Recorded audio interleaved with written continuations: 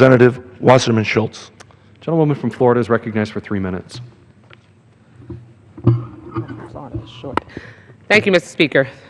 I, too, want to thank my colleague and the gentlewoman from South Florida who has really been a passionate advocate and who I have stood in solidarity with on this and so many other issues.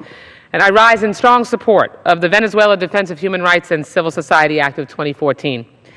I do so as the proud representative of Venezuela, my hometown, and one in which we have an incredibly rich and vibrant community of Venezuelans and Venezuelan-Americans. As a representative of one of the largest communities of Venezuelans and Venezuelan-Americans in the United States, I am here to strongly speak out against the continued unconscionable abuses of the Maduro government against innocent citizens.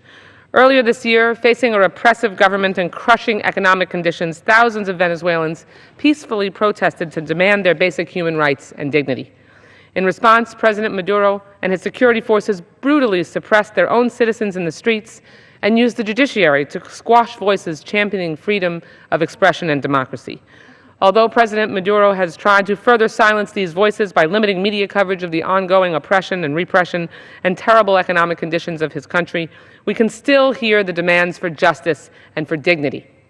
This bill would impose sanctions on those individuals in Maduro's regime who have ordered the arrest or prosecution of anyone exercising their right to peacefully assemble or protest, or those who supported those actions.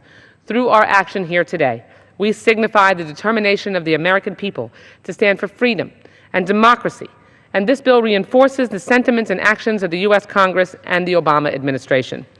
Along with my colleagues, I stand in solidarity with those brave Venezuelans continuing to advocate for their rights, including opposition leader Leopoldo Lopez, who outrageously remains in prison.